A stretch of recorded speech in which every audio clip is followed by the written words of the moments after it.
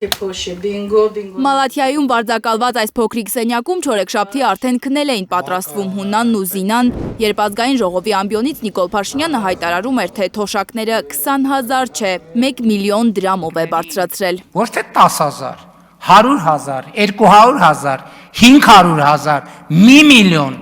Չգիտեմ, մենք ինչ ենք դառնալու։ Տարեց ամուսինները մինչև մութն ընկնելն են անկողի մտնում, որ հասցնեն քնել, քանի դեռ չի սառել էլեկտրական տաքացուցիչով ջեռուցվող փոքրիկ բնակարանը։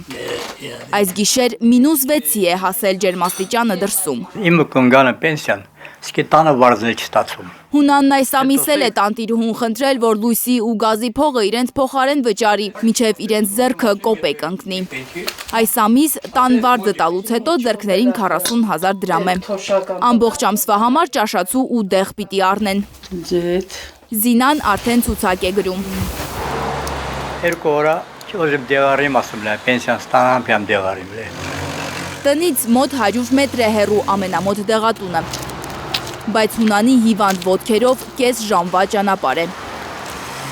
Մի քանի տեղ նստում է ծառերի տակ, մայթերին, որ շունչ առնի, կարողանա տեղ հասնել։ Նորից է ձեռքն առնում գնումների ցուցակը։ Փողը հաստատ կհերիքի։ Դեղատանը ամսվա դեղերի ցուցակն է տալիս աշխատակցին ու մի պահ շունչը պահում։ Հաշվիչի վրա տաներ բերելուց հետո ինչ թիվ կասի սիրունատես աղջիկը։ 12,700 դրամը գնաց։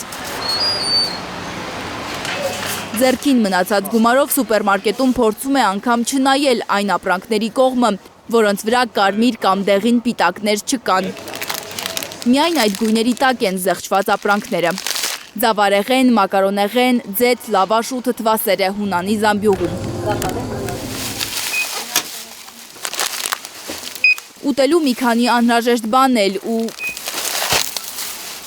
21,300 դրամ, 2 տոպրակի համար, որ տարեց ամուսիններին պետք է հերիքի մինչև հաջորդ թոշակ։ Հունանի ձեռքին 6,000 դրամ է մնում։ Այս ամիս էլ չեն կարողանա կոմունալների համար վճարել։ Լանա Համբարձումյան, Աշոտ Մնոյան, Անի Ղանդելյան, Հայլուր։ Հայաստանում և աշխարհում տեղի ունեցող իրադարձությունների մասին առաջինը իմանալու համար բաժանորդագրվեք մեր ալիքին, սեղմեք զանգակը, որ բաց չթողնեք, ամենակարևորը, ամենահրատապն ու հետաքրքիրը։